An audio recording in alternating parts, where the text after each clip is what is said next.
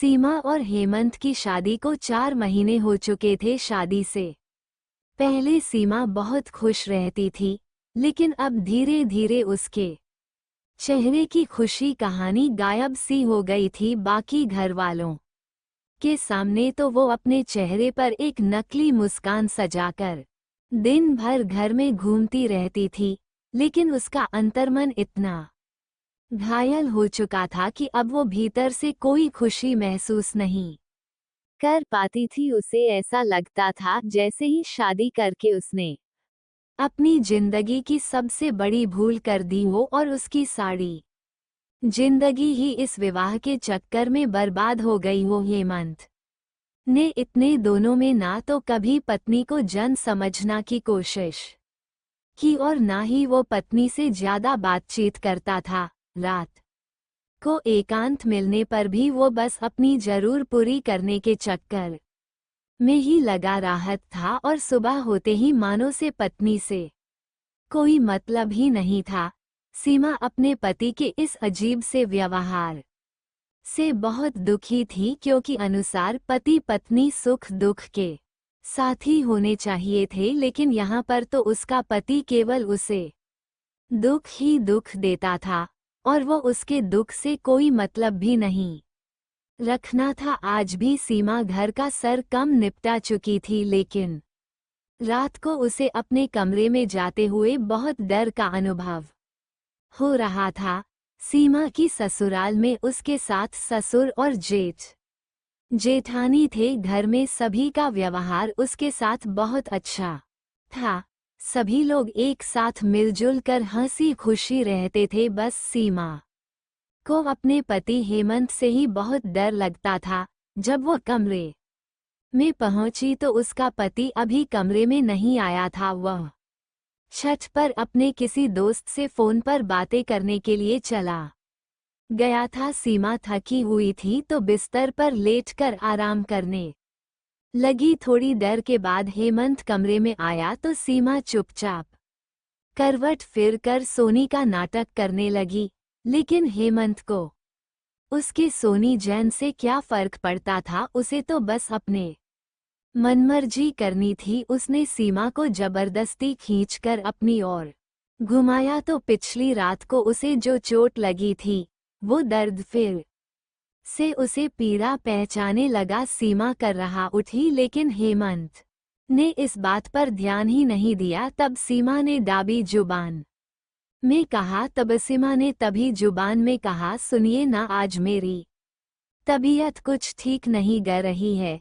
हेमंत ने उसकी बात को नजरअंदाज करते हुए कहा, तुम्हारा तो रोज का ही कुछ ना कुछ लगा राहत है, मेरा मूड खराब मत करो। फिर वो अपनी मनमानी करता चला गया और सीमा एक बार फिर से दर्द के सागर में डूबते चली गई। देर रात तक रोटी रोटी वो कब सो गई उसे कुछ पता ही नहीं चला। अगले सुबह उसकी नींद टूटी तो वो आईने के सामने जाकर खड़ी हुई। दर्द से तड़पती सीमा आईने में अपनी गर्दन और चेहरे पर दांतों की निशान देखकर रो पड़े तो पति चिल्लाया, अब सुबह सुबह रन धोने का नाटक लेकर क्या बैठ गई तुम? औरत हो तो इतना दर्द तो झेलना ही पड़ेगा। अब मैं अपनी पत्नी पर भी हक नहीं जाता सकता क्या? सीमा की आंखों से आंसू बहाने लगे और हेमंत पर पटकते हुए कमरे से बाहर निकाल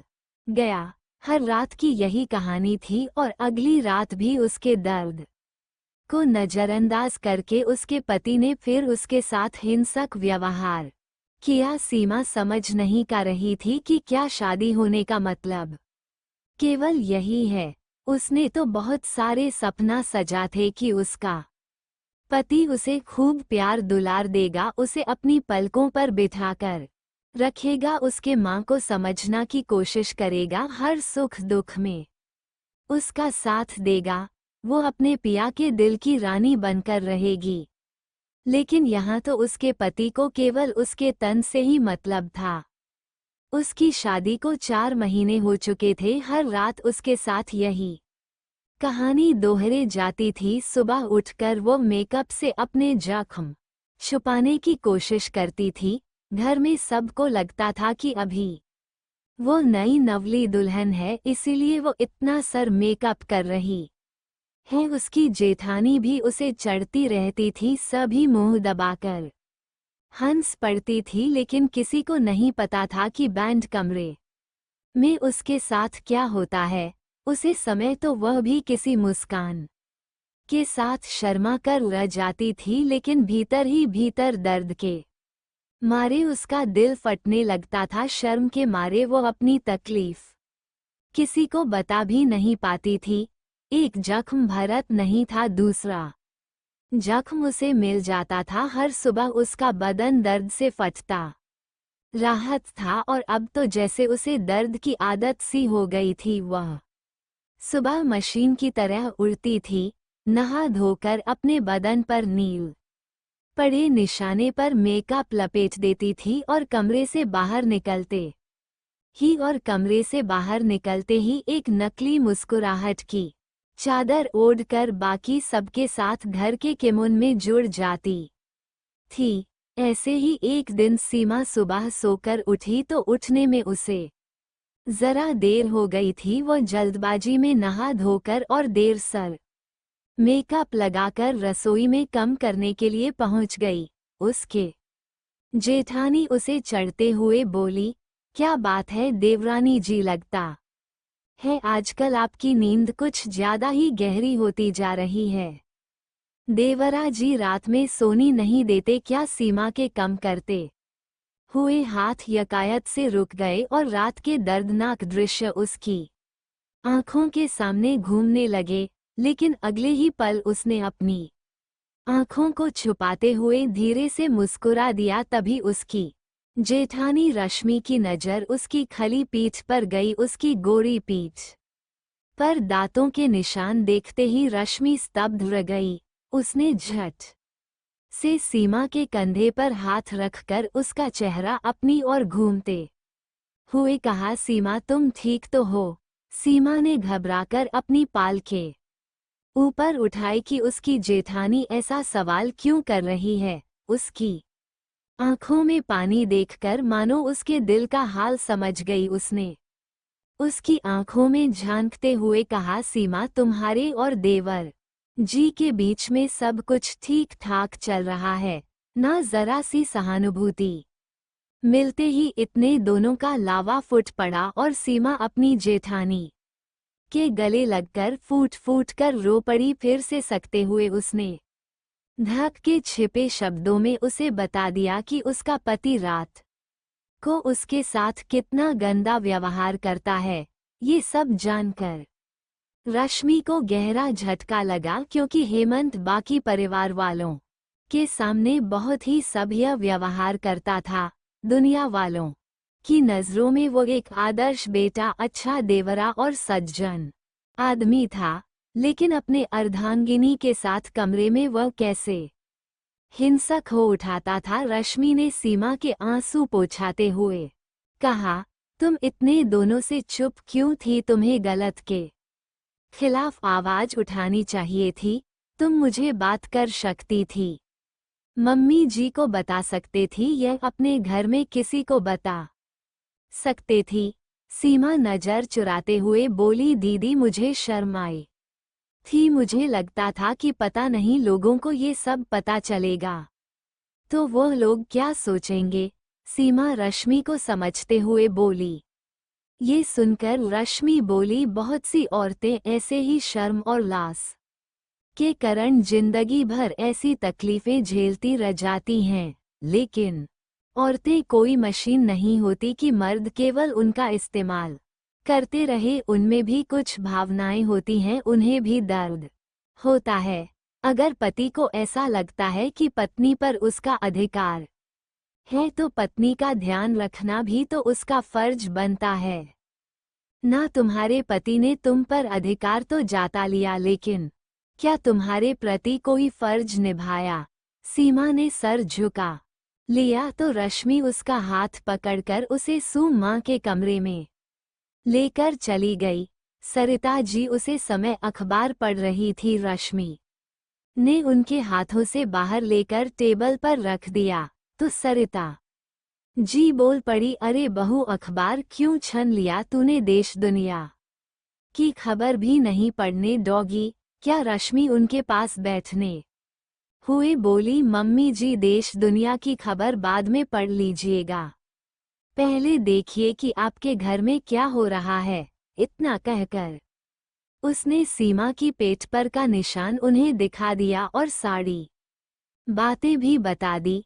सरिता जी अपना सर पड़कर बैठ गई और खाने लगी, मुझे नहीं पता था कि मेरा बेटा ऐसा है, वो जो भी कर रहा है बहुत गलत कर रहा है।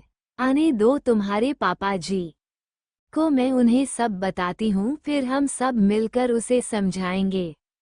आज सीमा के तख्त माँ को एक शीतलता मिल गई थी कि उसका पूरा परिवार उसके साथ है। शाम को जब हेमंत ऑफिस से घर आया तो उसके पिता रमेश जी ने उसे आवाज देकर अपने कमरे में बुलाया। हेमंत पिता के कमरे में पहुंच तो रमेश जी ने उसे समझते हुए कहा, बेटा देखो, पति पत्नी का रिश्ता बहुत ही खूबसूरत होता है, लेकिन जो पति अपनी पत्नी को अपनी जरूर पूरी करने का मध्य समझते हैं, वो अपने जीवन संगिनी के साथ बड़ा गलत करते हैं।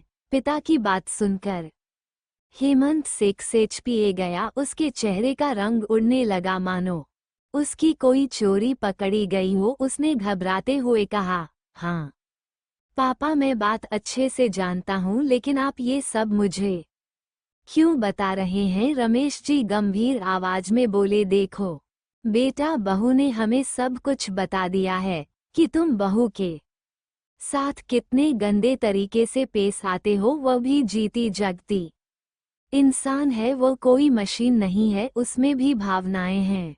तुम्हें अपनी पत्नी का ध्यान रखना चाहिए, ना कि उसे दर्द देना चाहिए। क्या पत्नी को पीड़ा पहुंचकर ही तुम्हें शादीशुदा जीवन का सुख लेना है। पिता की बात सुनकर हेमंत ने सर झुका लिया। उसे अजीब सी बेचैनी सी होने लगी। वह कांपते स्वर में, मामला पापा पता नहीं मुझे, उसे वक्त क्या इंसान बन जाता हूँ। मैं भी उसे तकलीफ नहीं देना चाहता, लेकिन जब वो सुबह उठकर रोटी है तो मैं उसे पर ही झुंझला उठाता हूँ। साथ में मुझे खुद पर भी गुस्सा आता है। मैं रोज माँ निश्चय करता हूँ कि आज से उसे दर्द नहीं पहुँचाऊंगा, लेकिन पता नहीं ऐसा क्यों हो रहा है। कहते हुए रन लगा तो रमेश जी समझ गए कि उनके बेटे को मदद की जरूर है। उन्होंने कहा, बेटा तुम चिंता मत करो, मैं तुम्हें डॉक्टर के पास लेकर जाऊंगा और सब कुछ ठीक हो जाएगा। अगर तुम्हें अपनी गलती का एहसास है तो तुम उसे जरूर सुधार सकते हो, बस तुम्हें थोड़ी मदद की जरूर है। जब रमेश जी हेमंत को लेकर मानो चिकित्सा के पास गए तो काउंसलिंग में पता चला कि हेमंत को उसके कॉलेज में कुछ दोस्त पहले उसे गांधी वीडियो दिखाए करते थे। उन सब चीजों का उसके दिमाग पर बहुत गहरा असर पड़ा तथा और अब वो अपनी पत्नी के आने के बाद अपने जीवन में भी वही सब लागू करना चाहता था। डॉक्टर के द्वारा काउंसलिंग करने पर अब हेमंत का व्यवहार धीरे धीरे सामान्य होता चला गया और वो अपनी पत्नी के साथ एक दोस्ती वाला रिश्ता बना रहा था। अब वो अपनी पत्नी का ध्यान रखना की कोशिश करता था, हर सुख दुख में उसका साथ देता था, उसके मनोभावों को समझना था और जब वो प्यार से उसके करीब आता था तो दोनों के रिश्ते में प्रेम सुधा बहाने लगती थी। और तब सीमा भी प्रेम के मीत है एहसास से भी घुटती थी, क्योंकि अब उसका पति उसे सच्चे दिल से जो प्रेम करता था, उसके सुख दुख की बातें भी सुनता था। सही मेन में अब वह अपने पति की अर्धांगिनी बन चुकी थी। दोस्तों, उम्मीद करती हूँ आपको हमारी कहानी पसंद आई होगी। कहानी पसंद आई है तो वीडियो को लाइक करें, चैनल पर नए हैं तो चैनल को सब्सक्राइब करें और हाँ, नोटिफिकेशन बेल को जरूर दबे ताकि अगली अपडेट सबसे पहले आपको मिले।